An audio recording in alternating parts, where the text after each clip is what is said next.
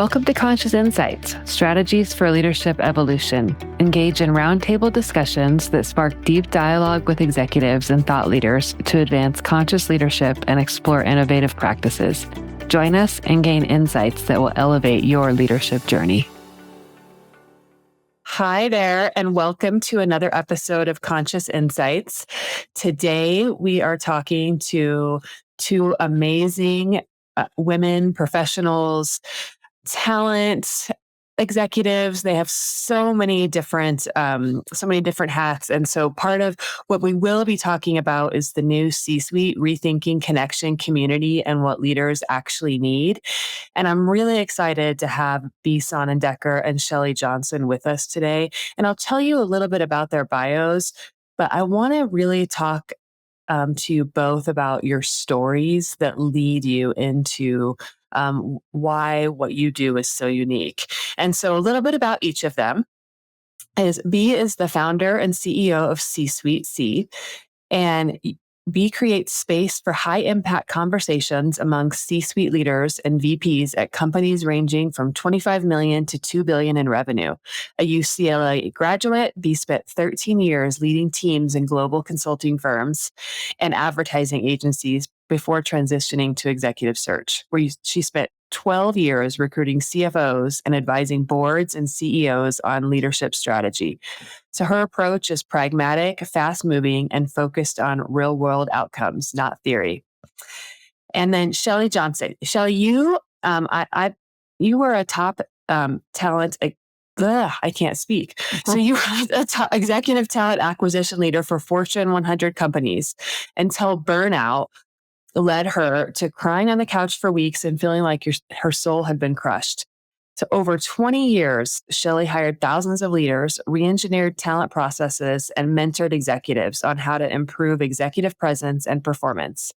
And she earned a reputation for coaching high achievers and building relationships, which equated to outlandish results.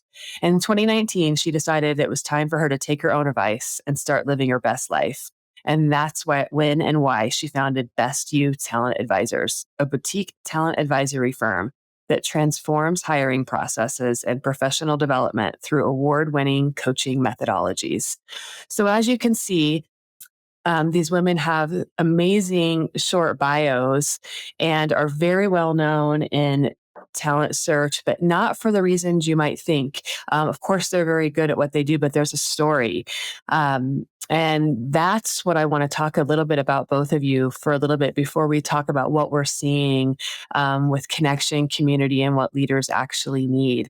And I've heard a little bit of each of your stories, and I'm excited for our audience to hear them, because I think that's what makes you both multidimensional, and you see the multidimensional aspects of what executives are needing, and it's a lot based on your story. So can we start there with what key parts of your story lead you to what you're doing now? So I'll start. Thanks, Renelle, for having us on. It's awesome to be part of your podcast and just in your circle of influence. Hi, everyone. I'm Chelle. As Renelle talked about, we have multidimensional backgrounds. Mine started with both of my parents being entrepreneurs, and growing up in kind of a lower class, middle income family. I'm a first generation college student, and I'm the first to ever live internationally. I have a degree in Spanish. I've lived in Spain and Mexico. And then after college, I went to Japan and I taught English and Spanish for 2 years. And then I went to graduate school at an international grad school and went to Mexico again. So my focus has always been on global impact and being a global citizen. And I was lucky enough to land in a prestigious HR leadership development program with Eli Lilly and started from there. At the age of 29, I was the head of talent for a publicly traded company, and then just kept moving up and up and up with Fortune 100 companies. And that grind and that treadmill, while I was pleasing everyone else, I just found myself becoming lost in politics that I didn't really care about anymore. And, yes, I had some awesome successes, and it gave me a perspective that I never would have gotten, and a way of living, and a lot of global expertise. But like you said, in 2019, I just felt like I hit a wall. And that wall was more existential. It was, what do I want to do? Who am I? What kind of mom am I being by not being at home? What kind of wife am I? How is my own mental fitness? And what kind of human am I? So everything, like the universe was just showering messages to me that, why don't you try this on your own? And so I did. I stepped out on my own, of course, right before COVID, and Yeah. from business, and have not looked back. So I do two things. I build communities of talents. One of them is called SU Career Connectors. We've helped over 6,000 job seekers over the past 3 years. And I'm a Wow. certified coach and executive recruiter. So I'm going to pass it over to Bea, and I can't wait to hear her story as well. Bea. Thank you, Shelley. I love your story. I always like listening to it. I have a quite different route that I got here. So I've always been an efficiency junkie, even since I was a little kid. I was always looking for faster, quicker ways to do things. I grew up in El Salvador. I was born there. I had a big family, really appreciated big family. And then a huge event happened when I was 10. My mom passed away. She died of breast cancer. And when you lose the most important thing in your life at that young, you really appreciate grown-ups. You really appreciate wisdom. You really appreciate deep connection. I took that to my career at UCLA, got my MBA in finance.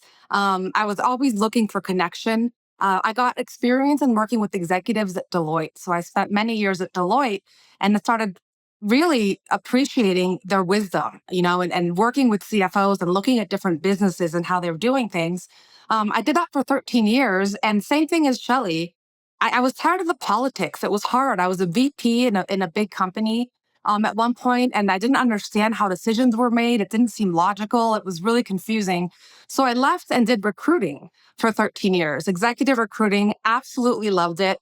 And what I learned there was fascinating to me. I learned that executives are really lonely at the top, and they all made the same mistakes. During their transitions from VP till retirement, they also didn't deal with politics well. They weren't leading well. They only networked when they had to. And I took all that after 13 years and said, this is enough. People are making the same mistakes over and over again. I created SuiteC as a community of trusted executives, operators coming together to give each other clarity, help each other build confidence, and make decisions faster.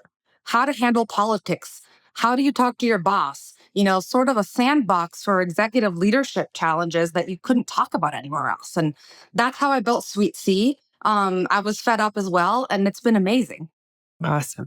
So it's so interesting that your stories are similar and different, but what they did surface is that you have lived that life in those larger organizations.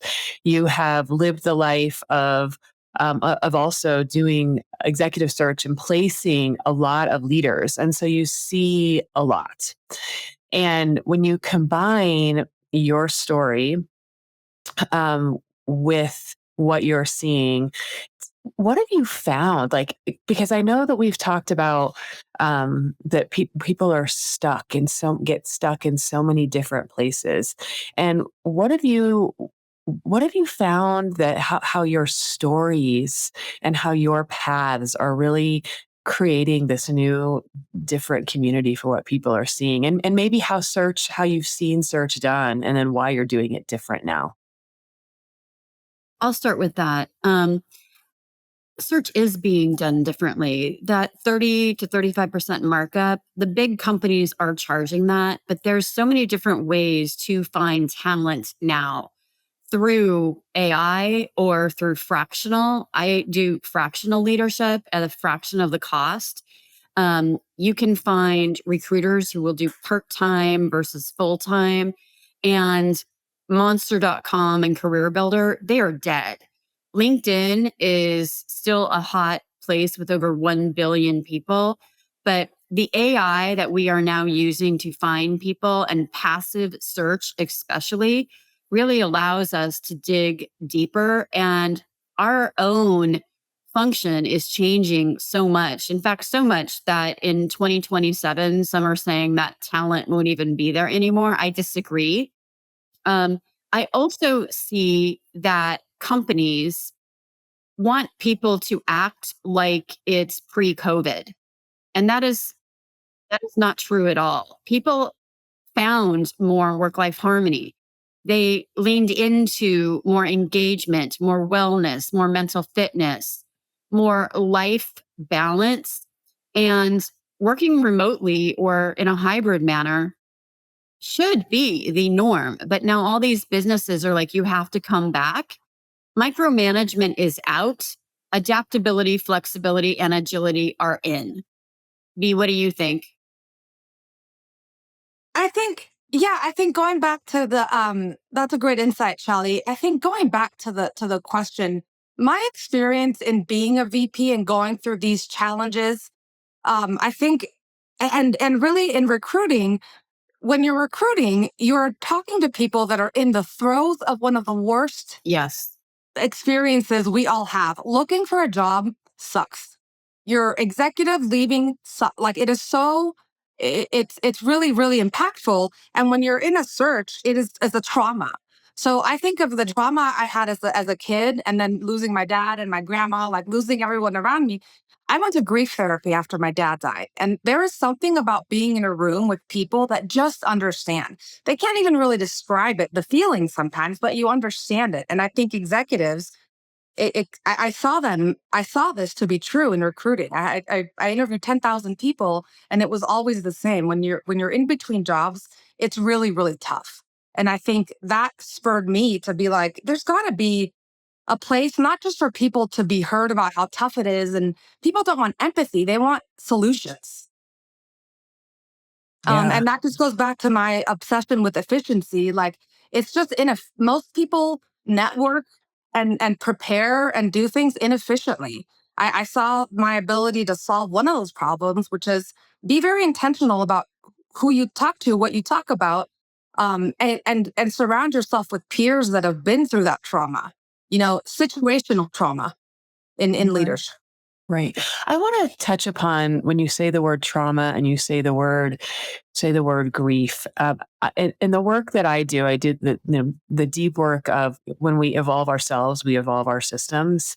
And there was a time when someone told me, "It's like even though we know what we're doing, we're doing healing work and we're doing healing work together. We probably shouldn't use that word in business, even though that's what we're doing."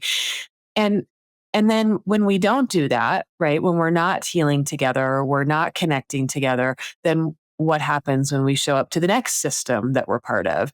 And I get a sense that it is your personal experience that helps you both, but B really helps you say, wait a second, this belongs in the workplace. We are people, we are Everybody wants connection. humans. You don't turn off being human when you get to work. You don't turn off the desire for connection, especially with people that you spend most of your adult life with. Who wants to spend all day next to someone that they don't know anything about? What I Right. found in recruiting, which was fascinating, I think there's a misconception that leaders want to talk about leadership things and want to talk about business challenge. They don't. Because they don't have a space to talk about the personal challenges, the connection. And I think it all goes back to connection. I think it all goes back to trust. If you're not working with people you trust, and if you trust someone, you've built some sort of connection, Right. then you don't get anything else done very efficiently, I don't think. Right. And the more we walk into complexity, which, Shelley, you were talking about AI and all of the changes. Complexity is walking into the unknown. And what helps us walk through the unknown is our connection to others. Well, And yeah, go yeah, ahead, B. I think And then, I don't think what helps us into the unknown is connection. I think what helps us into the unknown is talking to someone who's been there already, who knows it. I think what people look for is that, and that's what's really hard to find. Walk me through someone who's gotten to be on the board.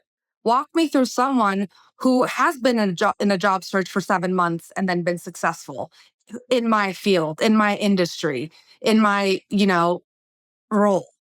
I think Right. that's, I think when you say connection, I think people are looking for more specificity in those connections. I Yeah. don't just want to talk to another leader. What does that mean? You know? Right. Right. And to your and yeah, that's one way to look at, yes, connection. But like Shelley, like you were saying that the whole world of talent is even changing with AI. And so there's no one that has been through it before, right? So it is a full change. And so then tell how does what you do, it's like Shelley, like you do search, but you also do executive coaching. Yeah. How do the two link? Actually, they link beautifully because I want to go back to what you were saying about trauma and stress and overwhelm and where healing actually comes in. And those words, man, so many people think that those woo woo. And we're such in this age of it's all big data and analytics and critical thinking. Yes, those things are important, but the mind body connection has to be there or you continue to have broken systems. And Right. people don't want to feel broken anymore. And they are kind of using their voice differently to have healthier systems internally. And so part of what I do in coaching is I help people to have better mental fitness through a positive intelligence program or through deeper level healing. And that is Mhm. holistic. And so I am not a transactional coach, if you will. I agree with what B is saying that people want to see who has done a 7th month search that I can actually talk to about their strategy.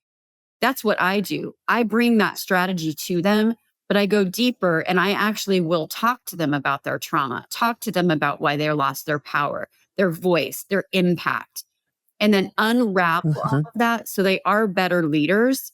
And because I know that holistic person, and I can also use that business acumen and holistic multi view, that makes me much better as a recruiter because I can see intuitively and insightfully what the business needs on a technical perspective and on a soft skills perspective, because the combination is where the magic happens.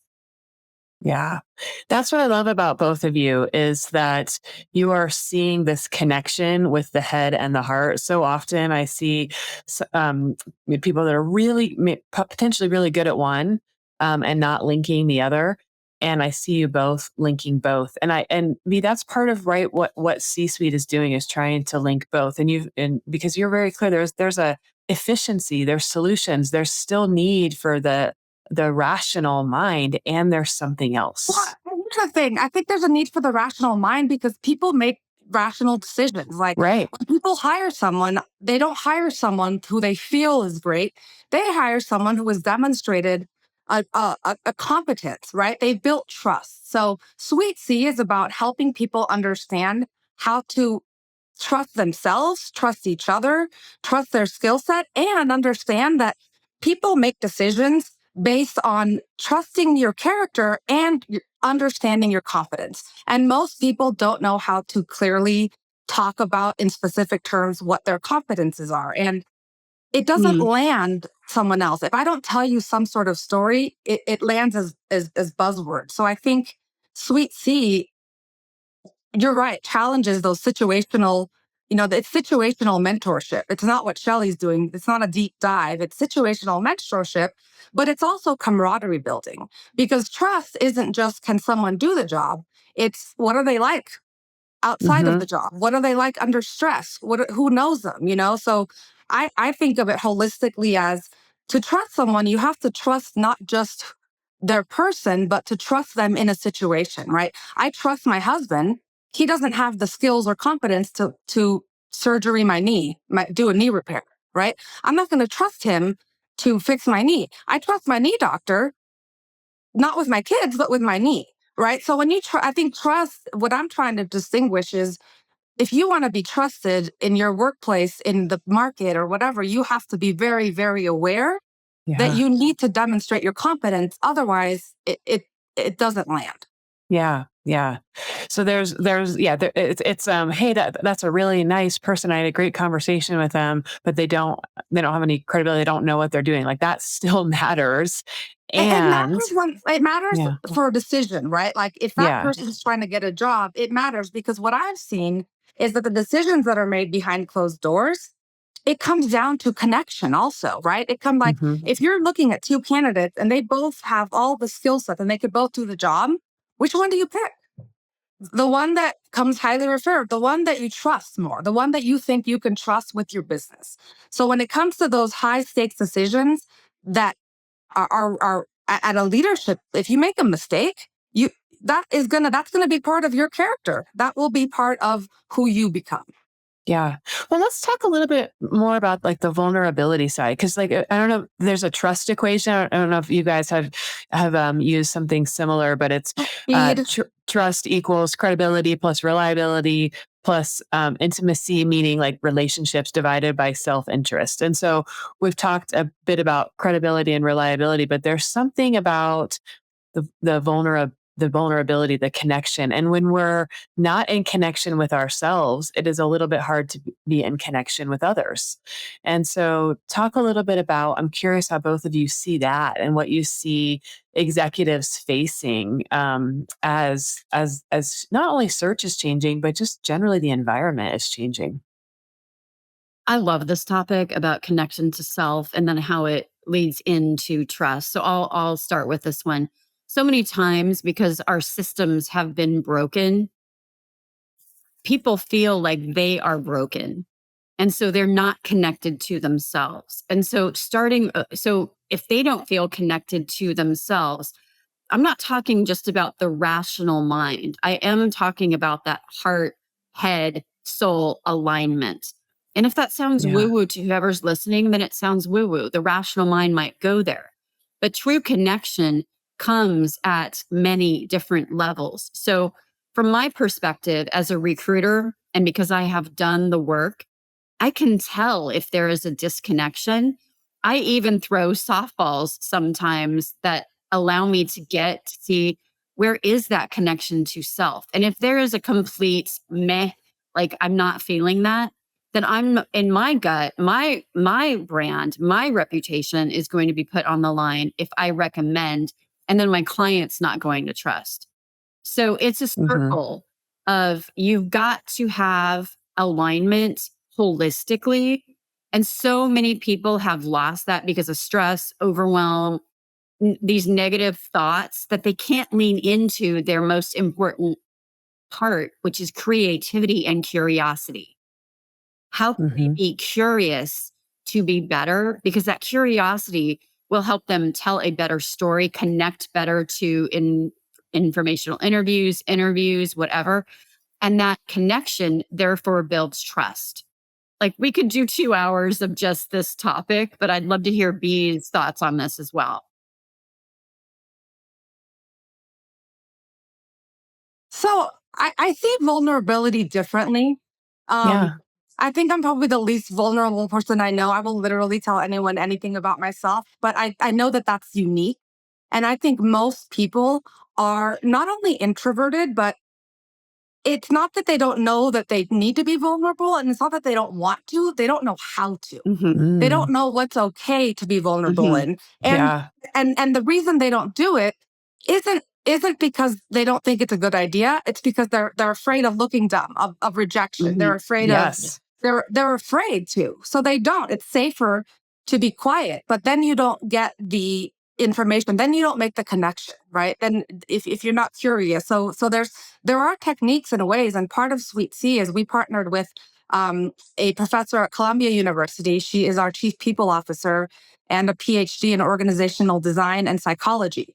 So we get a lot into the okay, we've all heard, here's the three things to be a good leader. But what about the things that stop us from doing it? The things that really stop us Hmm. from doing it, right? Hmm. Nobody wants to look dumb in front of their CEO and admit they don't know what the CISO keeps talking about. So I think vulnerability Hmm. in the workplace for professionals, there's a higher risk, right? Like the risk of looking dumb or maybe not getting the promotion because you let it be known that you have this issue or whatever. stops Yeah. them. Right. And some is perceived risk and some is real risk. And I Right. say that because, That's a good point.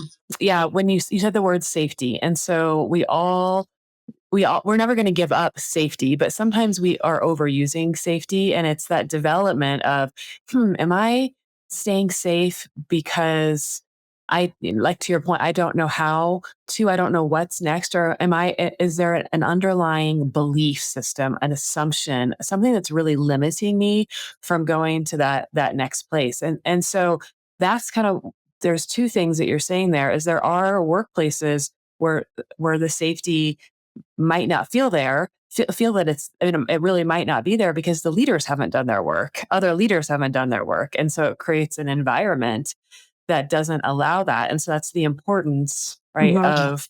of a collective, I mean, multiple individuals doing this work of how do we look at ourselves and understand what perceived, because if we're feeling unsafe, it's hard for us to create an environment for others. And safety is a hard word because we can never guarantee another one person's It's safety. Yeah. psychological safety. Yeah, no, it's Yeah. psychological safety, right? Yeah. Yeah, absolutely. So I don't want to say we create safe spaces, but when we do the work within ourselves of understanding, huh, um, uh, where can I open up a little bit? Where am I blocking myself because of my own fears, or to your point, or is it really a good idea for me not to be as open because of this environment that I'm in? And then how do we shift these environments? So I hear you talking about all of that. Mhm. Hey, Renelle, I think Yeah. just like there's an equation for trust, there has to be Yeah. an equation for why there is lack of vulnerability. And maybe Brene Brown coined it.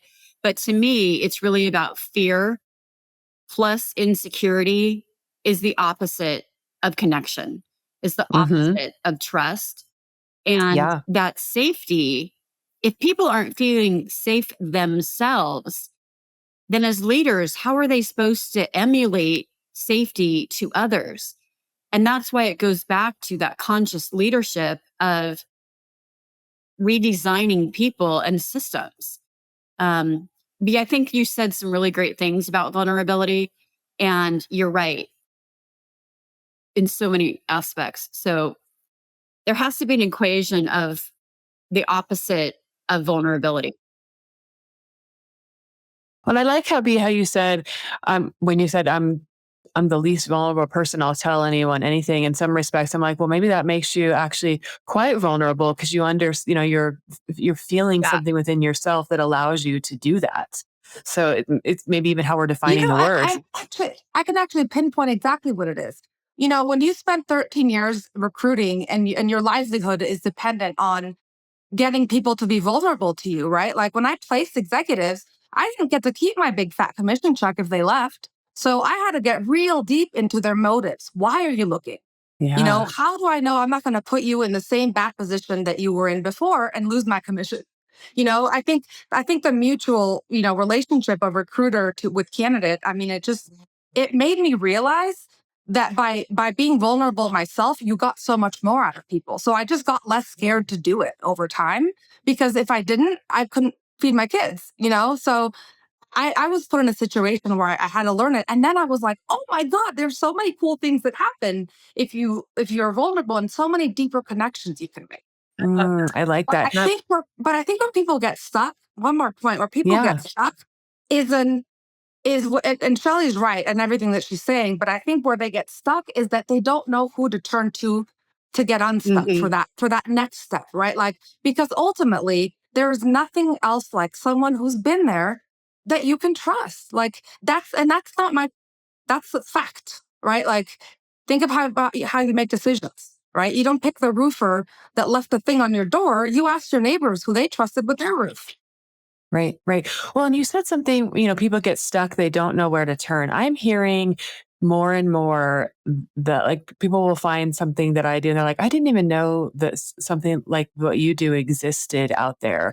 And so my sense is that there's a uniqueness in what each of you are doing, what I am doing that isn't necessarily standard. And so I don't know. I'm going to say you guys are you're on the edge of something of like people don't always know that that's available and don't always know that they need it. And so part of I want you we can have this conversation at a coffee table or at a coffee shop and it'd be amazing. But part of the reason we're recording this is that so the more people know that this type of thing is available to them. And so how do people find out about this? And then another thing is how do they figure out like, oh, I didn't even I hear a lot. I didn't even know I needed this. Bea, I'm going to let you start this one. Okay. Well, so SuiteC itself, it's a closed organization. So it's a referral only organization for one reason. The only way to know what someone's character is to ask somebody else about them. Yeah. So that's why I built it as a referral organization. But the way that that we're sharing it, it's a nonprofit. We're taking these lessons and how do you talk to your boss? Helping your boss be more self-reflective. How do you use words? How do you start doing behaviors now that will filter out and create a less toxic work environment around you, that will filter out how do you demonstrate vulnerability? Those are the sorts of things that we're starting to put out on LinkedIn right now. So if you follow me or SuiteC on LinkedIn, we share all of the insights from the discussions that we have. We host conversations like this, and that's how finding your peer group and finding mentors is really, really important. I think that's the one takeaway if anyone would for today. So finding people that can guide you through the situations that you're going through as a leader. Yeah, yeah. And even if, say, someone can't be part of SuiteC, can follow you and start learning there and start understanding. Wow, okay, I didn't know where to find this. This is a start. Yeah, yeah. Chelle, what about you? Yeah, I think that this is, people are craving much more of this, and this vernacular is becoming much more acceptable and popular. And so the way you can find me, obviously, is on LinkedIn or through my website, Best You Talent Advisors. But for the reason I think all three of us together is because we do have edge. We are willing to talk about topics that are front and center that no one else is talking about, but people are talking about it. Looking at mindfulness, looking at mental fitness, looking for coaches that have actually been there, done it, recruiters that are not junior recruiters that just push paper, but that have the business acumen and the chops and the credibility and the experience. We do exist. And so I think, like, I have a whole army of HR consultants and other recruiters that are top 5% and community connectors like Bea. The edgy tend to work with each other to help those that want to have more edge or want to be edgier in leadership. And so we usually have referrals for each other. So that's what comes to mind, Renelle.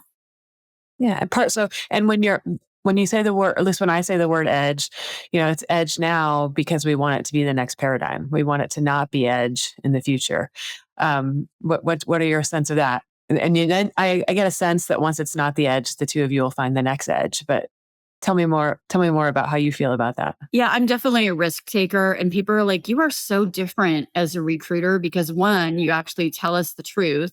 Two, you explain exactly what's going on. And yes, as a risk taker, entrepreneur, person who's able to kind of see holistically, globally, I think we can assess what the next thing is. But sometimes we get stuck too, right? But Definitely. it's by being with people and thought leaders like Bea and you that allow us to keep kind of chiseling on the boulders that we feel and kind of getting through the mountain or up the mountain a little bit faster. Yeah, absolutely. Yeah. Bea, I know we're getting close to the end here, but there was something that you said to me was offline, but I want to bring it online.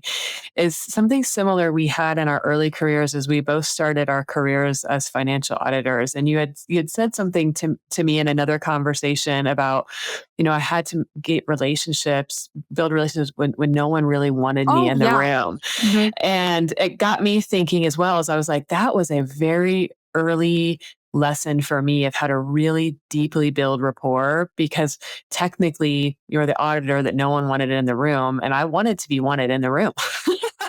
I needed to do my job, but I also loved people. So as we come to an end, I would love to just hear you talk a little bit about that, and then both help us close out on what's the couple of things that leaders and others just need to know. As we. The one thing I would tell everyone is, so when I was in audit at Deloitte, you walk into rooms, nobody wants to talk to the auditor. They're busy. It was awful. So I learned really quickly and I needed those people to help me, right? I learned really quickly early on to let them know right away, I'm here to help you. And I would acknowledge, I'd be like, listen, I know it's really annoying that I'm asking you for this. I'm going to try to get it done. That vulnerability that is expressed. Chelle, you go ahead, because I had something and I lost it. Well, I was following your train of thought there. I don't have it. It's about relationships. For me, relationships equal results, because without those relationships, whether you're an introvert or extrovert, that's what goes back to building trust, to building connection. Yeah, but what we're talking about, I think what we've been talking about, is a deeper type of relationship and something beyond competence, but not discounting how important competence is. And as we end here, there she goes. I remember it. I don't know if you guys have ever read The Speed of Trust. It's my Bible. The Speed of Trust. By Stephen Covey? Yes. Yeah. The one behavior that inspires the most trust and the most connection is actively seeking mutual benefit. So if you start your conversation with, how can I help you? It is the quickest way to build trust with someone. Absolutely. And so, as we enter, you said something earlier you said the word mutual, and it made me think of a book that's actually about plants called Braiding Sweetgrass, but she talks about the metaphor of humans of reciprocity in the world, of the giving and the taking. Wow. And so what I've heard from both of you is that there's this reciprocity, this mutuality, and the deeper we can keep that energy flowing, that's going to make some shift. And that's what you're both on the edge of doing. You're utilizing your incredible stories, your incredible, technical skills that you've developed, but also the depth of who you are. And you're using that in mutuality. So how can we reciprocate? How can I give? How can I receive? How can I give? How can I receive? And you're building businesses off of that, and you're improving lives. And that is why I wanted to have this conversation beyond at a coffee shop. I wanted other people to hear about you and what you do, and then us together really being able to, I hope, build resonance with those of you that feel stuck, are looking for something different, and don't know where to find it. There are those of us here trying to build something new. So, all right. Thank you both so much. Thank you so much for the conversation. Thank you. Sorry for the technical awesome issues. Opportunity to chat with both of you, and I'll see you on the other side. Yeah. For more information, visit insight-cc.com or email us at info@insight-cc.com. We look forward to hearing from you.